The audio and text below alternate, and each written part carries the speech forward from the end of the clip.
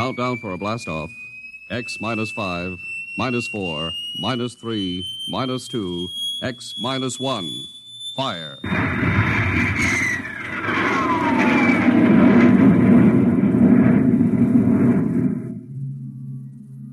From the far horizons of the unknown come transcribed tales of new dimensions in time and space. These are stories of the future, adventures in which you'll live in 1,000,000 could-be years on 1,000 maybe worlds. The National Broadcasting Company presents X minus 1.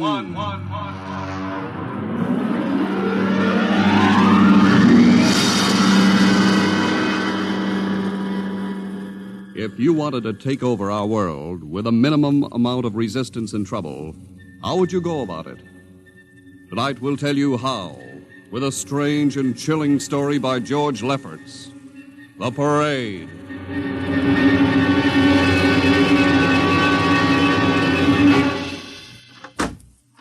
You are Mr. Sid Ryan. The same. My name is Luchar. I am a Martian. Pleased to meet you, Mr. What was that again? A Martian? As in Orson Welles? Precisely. I'm a Rotarian myself. Sit down. Thank you. Now that we've had our little joke, Mr. Luchar, what can Publicity Associates do for you? I am interested in obtaining publicity. It has been my observation that advertising and publicity are the very backbone of earthly civilization. Spoken like a true Martian, Mr. Luchar. Now, if you'll tell me the name of the client. The client, of course, will be the Martians. You don't give up, do you? Give up? The gag, I mean. Oliver. Yes, Mr. Ryan? This is Mr. Luchar. Oh, how do you Mr. do? Luchar claims to be a Martian. Take him outside, will you, Oliver? I am happy to see, Mr. Ryan, that my telling you I am a Martian has approximately the effect I guessed it would. I believe we can do business. I have here cash retainer of $5,000. Oliver, take a look at that wad of lettuce. It's the real stuff, Mr. Ryan. And my client is prepared to spend many times that amount. Sit down, Mr. Luchar. Oliver, get the client a cigar, the 50-cent box. Yes, sir. Thank you. Well, now, what can I do for you, sir? I wish you to manage a publicity campaign. A very large and important campaign. Is the product established, or is it something brand new? Something quite new. Now, what would you judge the most effective type of campaign? Well, if the client has a lot of dough to throw around, a suspense campaign is best. First, you place ads in the paper saying, "Watch this space." Then about a week later, you run an ad saying XYZ or PDQ, and you get people guessing what it means. Then finally, when you've teased them enough, you bust loose and unveil the product. Excellent. We will conduct a suspense campaign. Of course, in this kind of campaign, secrecy is very important. Once the name of the product leaks out, it spreads like wildfire, and the whole campaign is kerfloppo. Quite so, quite so. The utmost secrecy. You realize, of course, these things cost like crazy. Would, say, $1 million cover expense? Come again? I said, would $1 million cover it? Why, yes, I am. You did say $1 million. I understood that you have handled some very large accounts. Of course, if this is too big... No, not at all, not at all. As a matter of fact, I seldom touch anything less. Right, Oliver? Huh? Oh, of course. That's right, Mr. Ryan. Absolutely right. Yes. You will begin, then, by saturating the newspapers, the radio, the streetcars with a very simple statement. What's that? I will write it on a card. Here you are. The Martians are coming. Say, that's not a bad teaser. Got that, Oliver? Yes, sir. The next ad will read, June 1st is Martian Day. June 1st is Martian Day. What happens on June 1st? The parade takes place. What parade? I wish you to arrange a parade up Fifth Avenue. You mean like the Macy Parade? Exactly. Except that the theme will be the world of tomorrow, the Martian world. My client would like it to be a gay affair. Balloons, clowns, pennants, pretty drum majorettes. Say, that sounds terrific. I might be able to interest the department stores in a tie-in. Fine. The parade will climax the campaign. On June 1st, the product will be unveiled. Good enough. By the way, Mr. Luchar, just what is the product? What are we selling? Oh, no, Mr. Ryan. Secrecy, remember? Yeah, but after all... Mr. Ryan, all will be revealed to you in good time. For the moment, let us say that we are selling a concept. A concept? The concept of invasion from Mars.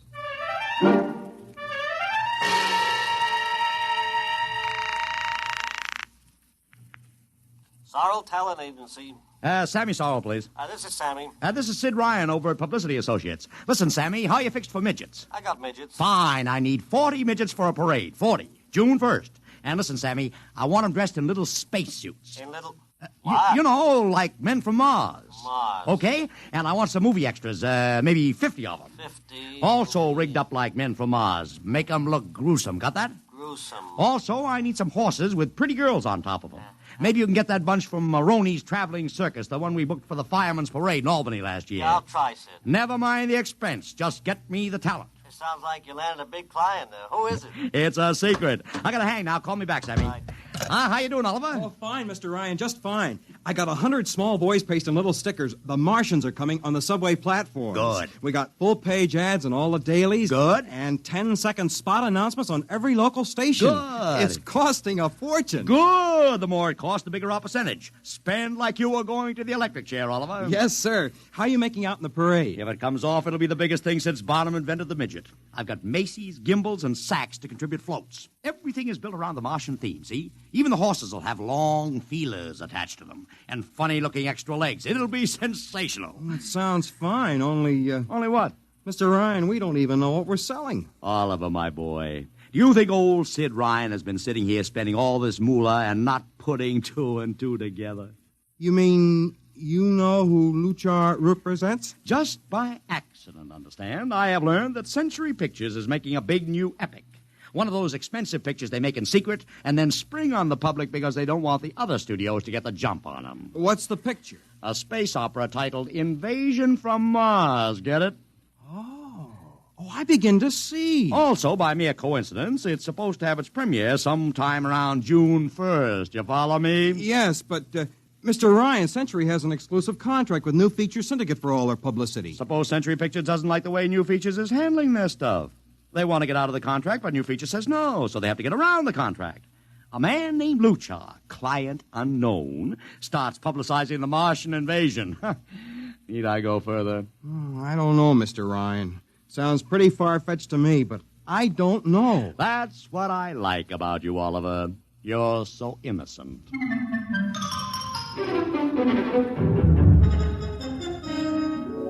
Let me talk to Commissioner Patrick, please. Sid Ryan. Hello. Commish, Sid Ryan. Oh. How are you, Ryan? Fine. What is it this time? You want to drop a man off the Empire State Building into a teacup full of water? The answer is no. Also, we're not arresting any fan dancers. You know I don't handle fan dances. I want a permit for a parade. June 1st, 5th Avenue. It's a Sunday. There's no traffic. Now, look, Ryan, Macy's gets a permit. Gimbals gets a permit. The American Legion gets a permit. The Sons of Erin march every time Morton Downey sings The Wearing of the Green. Oh, don't give me a hard time, Patrick. This is too big. I have the 5th Avenue Merchants Association behind me. Okay, Ryan. Fill out the forms. I'll pass them along to the license commissioner. That's my boy. By the way, what's the occasion for this parade? Oh, don't you read the papers, Patrick? June 1st is Martian Day.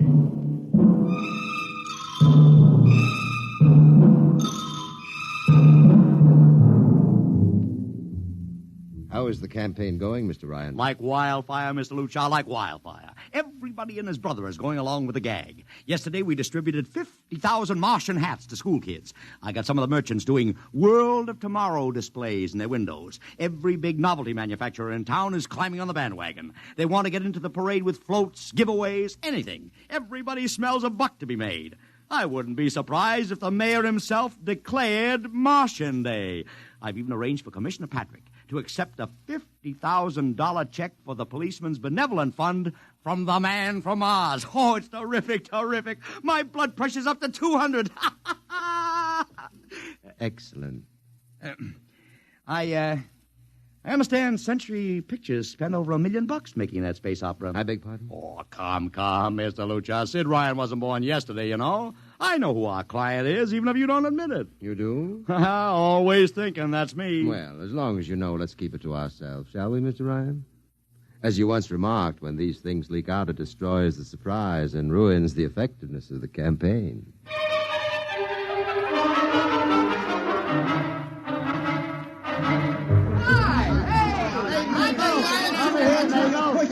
Ladies and gentlemen, this is Ken Daly speaking to you from our portable transmitter atop the reviewing stand for the much-heralded Martian Parade on Fifth Avenue. It's a beautiful sunlit day here in New York, a perfect day for a parade, and the streets are packed with thousands of spectators all eager to find out what this is all about. There's an air of shrill expectancy. Some of the kids and their parents have been camped on the curbstone since early this morning to be sure of ringside seats when the so-called Martians pass by. I've just had word from Saul Brown up at Central Park Mall that the Martians have landed from big pink balloons. And now, while we're waiting for the arrival of the parade, we brought some people up to our microphone to tell you their reactions to this most spectacular of all publicity stunts. That's right, come on. What's your name, madam? Miss Ada Shackley. A little louder, please. Miss Ada Shackley. Uh-huh, and where are you from, Mrs. Shackley? Columbus, Ohio. I see. And I see you have your family with you, too. Two little curly-headed blonde boys. Are you in New York on vacation? We came for the Shriners Convention with their daddy. What do you think of Martian Day, Mrs. Shackley? Well, it all seems very strange to me, but the boys have been pestering me to watch it, so we've been standing here 2 hours. I can't make head or tail of it. Well, neither can a lot of other people, Mrs. Shackley. But judging by the thousands here today, there's a lot of curiosity. Curiosity killed the cat, folks say. Well, let's hope not. Thank you, Mrs. Shackley. Mr. Ryan's here. Ryan, right. And this is Mr. Sid Ryan, ladies and gentlemen, the publicity man who's the brains behind the Martian Day stunt. Hello, Sid. Good morning, Kenneth. Easy, not so close to the mic. Oh, sorry. Hey, Sid, you've certainly lifted the lid this time. Looks like it, doesn't it? Sid, there's been a great deal of speculation as to exactly what all this is leading up to. I've heard some folks say it's a big war bond drive. Others think it's just to stimulate local business. And, look, I understand in the trade itself, the smart money says you're building for the premiere of Century's forthcoming extravaganza, Invasion from Mars. Now, come clean. Can you tell us what the real story is? Ken. I'd like to, but honestly, I can't. Oh, man of mystery, eh? Are you going to watch the parade from the stand here? No, Ken, I can't stand noise. I'm going up to my office and watch it comfort. Well, thank you, Sid Ryan, and good luck. And here they come, ladies and gentlemen. The first units of the big Martian parade, swinging down Fifth Avenue with fanfare, colored streamers, music, confetti, floats, all the trappings of a Mardi Gras. And here in the vanguard is a whole troop of little midgets in weird-looking pink and blue spacesuits, carrying Rube Goldberg weapons with signs painted on them. Let's see, I can read one which says, Atomic Blaster. Another one has a placard reading, We're Martian through Georgia. And here come the clowns, laughing and falling all over each other. They're giving free sugar candy to the kids along the way. Yes, ladies and gentlemen, this is a happy, laughing crowd along Fifth Avenue today. A true reflection of the great sense of humor and good nature that makes America the place it is.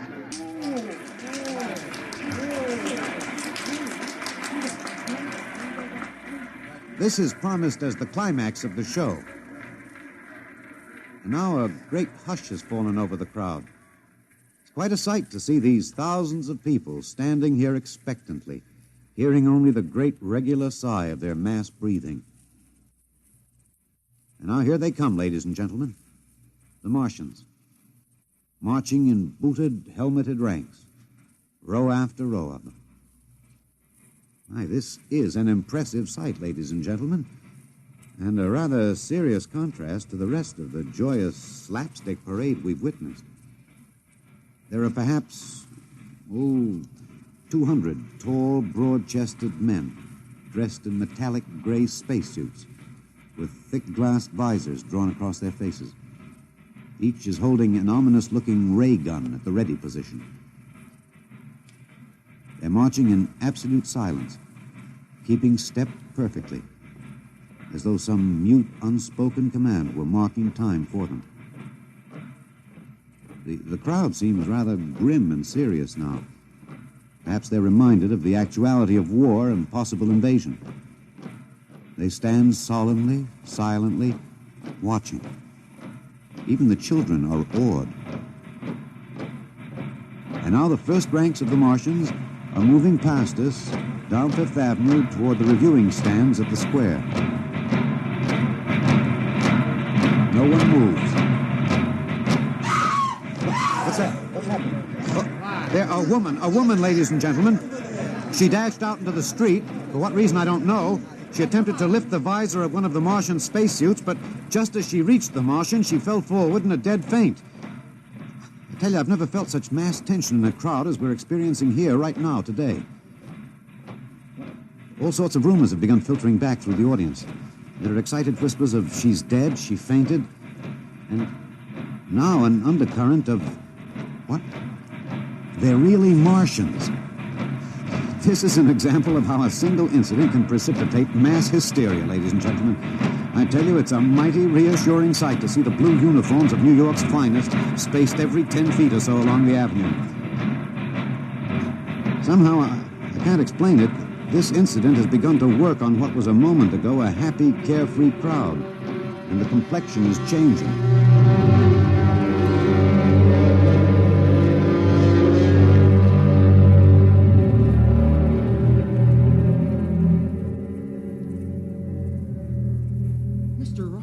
Did you see that?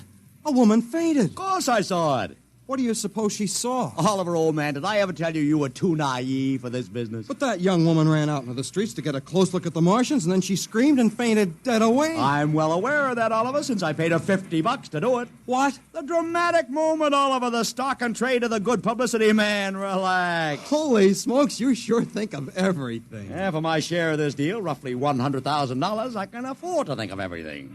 Shut the window. Don't you want to see the finish? We'll go down to the reviewing stand for the finish. Right now, I want to make a phone call.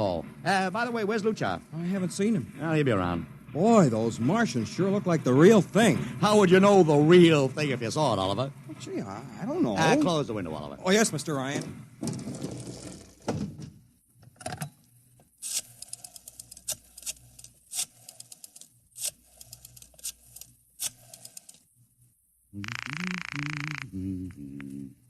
Sorrel's Talent Agency. Sammy, this is Sid Ryan. Say, listen, Sid, I was going to call you. I'm awful sorry about those Martians. What do you mean, sorry? They're terrific. No, don't joke, Sid. I mean it. Well, I mean it, too. They're great, great. Are you in the bag? Never felt better.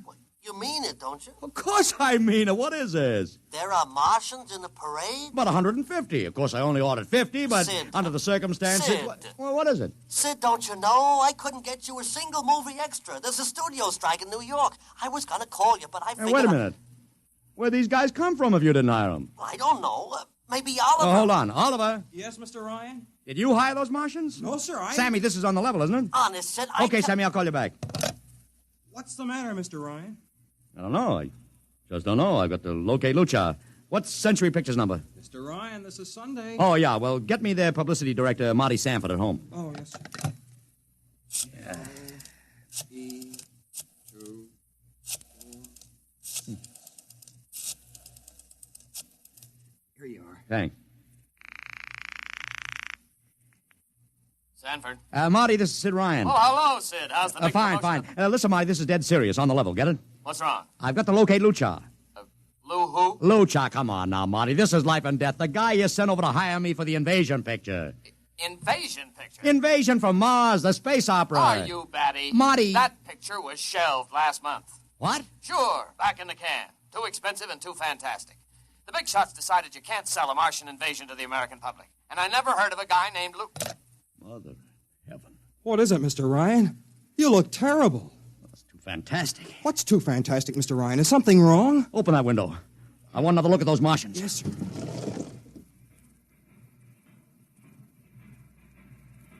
Look at them.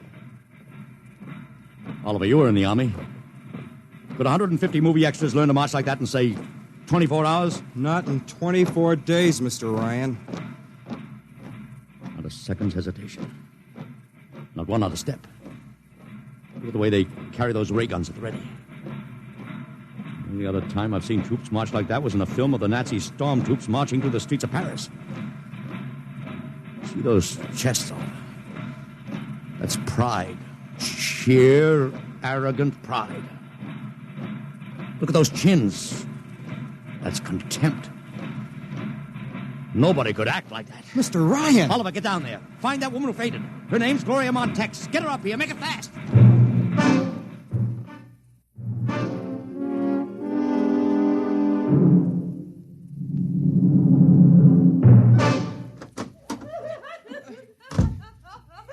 Here she is, Mr. Ryan. I can't get much sense out of her. Stay away from me. Gloria, it's me, Sid Ryan. Oh, don't kid me. You're a Martian. Gloria, settle down. No, you're wearing a mask. Baby, it's me, Sid. And underneath, it's awful. It's all big green eyes and those feelers like a catfish. Baby, snap out of it. Listen, what happened down there? You ran out and screamed like I told you, but the fainting, that wasn't in the act. Oh, go away, please. Go away. What'd you see? Oh, no, please. It's too awful. Please, please. Just one question, baby. Inside that helmet, what'd you see? You won't get anything out of her, Mr. Ryan. She needs a doctor. Okay, Oliver, I've heard enough anyway. You take care of Gloria here. Get her a drink. Where are you going? To see the commissioner. We gotta stop this parade before things begin to happen.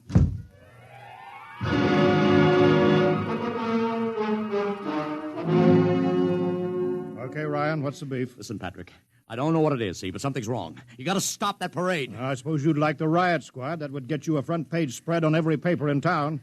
Honest, you publicity guys give me a pay. This may be a matter of life and death. Oh, sure. Look, Ryan, I've got no time for your cheap publicity gags. I'm a busy man. Listen, I'm trying to tell you I don't know where these Martians came from, who they are, anything about them. All I want you to do is stop the parade and make sure they're on the level. Ryan, I'm wise to your tricks. If you let the sergeant show you out... You won't do it, huh? An honest citizen appeals for protection and you refuse it. I most emphatically do. Now beat it. All right, Patrick. I'll go right to the mayor's office. I'll have you busted flatter than a fried egg. Go ahead. I'm sure His Honor will be glad to toss you out on that phony nickel-plated skull of yours.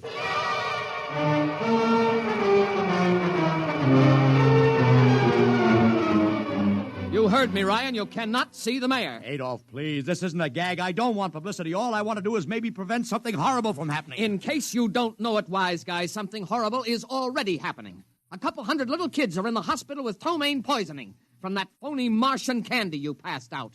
Or didn't you know? I didn't. We've got to stop that parade. Sure, you'd like nothing better than to start a panic now. Maybe a few hundred people would get trampled to death. Think of the newspaper space that would get you and your product. I won't stand for this, Adolf. You won't have to, because you're going to get out of here right now. Go on, beat it. Get out. You and your publicity stunts make me sick to my stomach.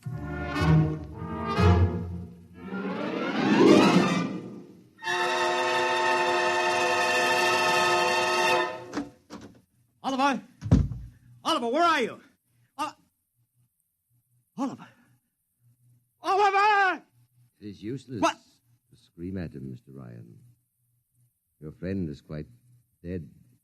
Lucha. He wanted to run to the police with some story about a Martian invasion. I found it necessary to restrain him. Restrain him, you stinking murderer. Now, Mr. Ryan, collect yourself. After all our planning, it wouldn't do to have everything spoiled, now would it? Lucha, start talking and talk fast, because when you get through, I'm going to take you apart piece by piece. What's this all about? But surely you know, Mr. Ryan, after all, you've been publicizing it for months. Listen, you... Please, do not interrupt. You see, before colonizing your planet, we Martians sent advanced scouts to study your habits, your weaknesses. We found that the people on Earth are predominantly conditioned by advertising and publicity, and so... we conceived the idea of treating our entire invasion as a vast publicity stunt. Clever, huh? After all, Mr. Ryan, who would suspect an invader who advertised his invasion in the newspaper, invited the public to his surprise attack, and spent millions publicizing his plans? Holy jumping catfish. You've done very well. Then There was no product. Ah, but there is a product. The product is death. What are you trying to do, Lucha? We Martians are a humane people, Mr. Ryan.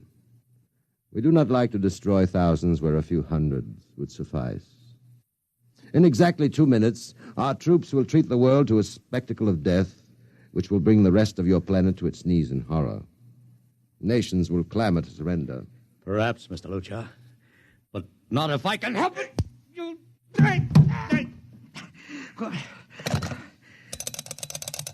Yes, please. Operator, this is Mr. Ryan. Get me the field telephone on the reviewing stand of the Martian Day Parade. Hurry. Anyone in particular? Just hurry.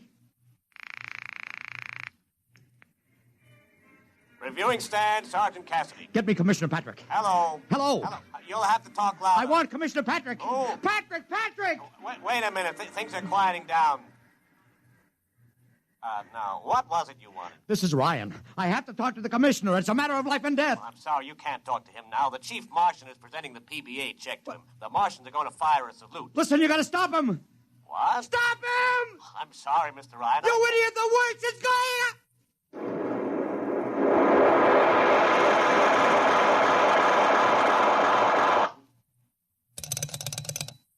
This is the operator.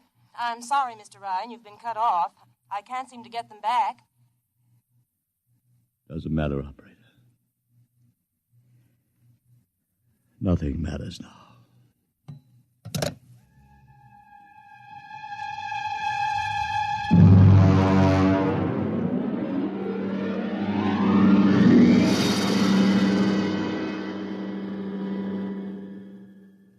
Tonight, X-1 has brought you The Parade, an original story written by George Lefferts.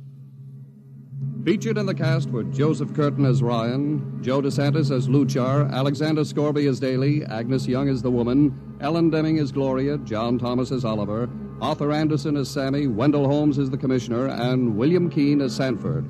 Your announcer, Don Pardo. X-1 was directed by Fred Way and is a transcribed NBC Radio Network production.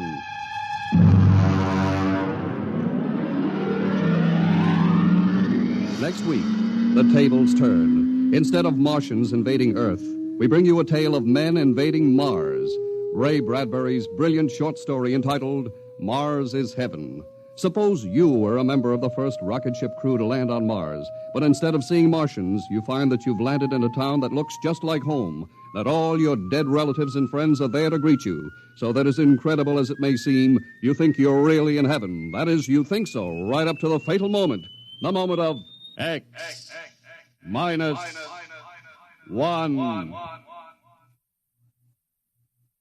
Join the Abbotts on another baffling mystery tonight over most NBC radio stations.